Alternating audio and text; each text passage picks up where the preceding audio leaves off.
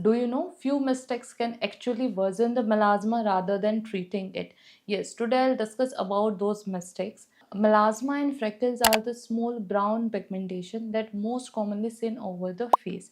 It mostly occurs over the cheeks, malar prominence or nose. It can also occur all over the face.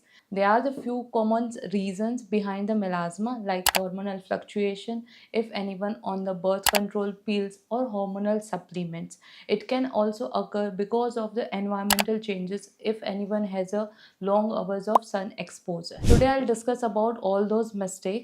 Mistake number one is not using the sunscreen or else not consistently using it.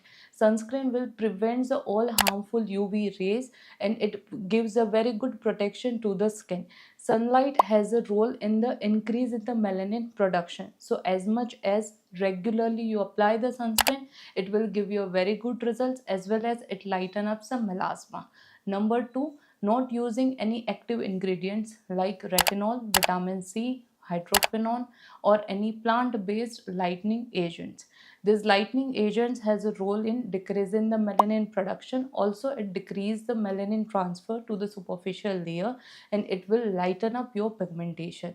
But consistency is the key. You have to use it very regularly and few products needs to be used under the supervision of the dermatologist. Number three mistake is using a steroid based cream over and again without doctor's supervision. Doctor will give you a very mild steroid based cream initial period if at all required. If you are using a strong steroid for a long period of time, it can cause the skin thinning, redness of the skin or actually worsen the melasma.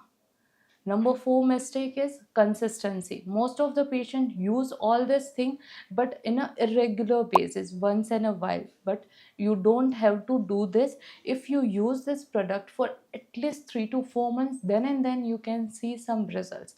Along with this, few office procedures like chemical peel, laser, microneedling that also helps to remove the melasma or decrease the melasma.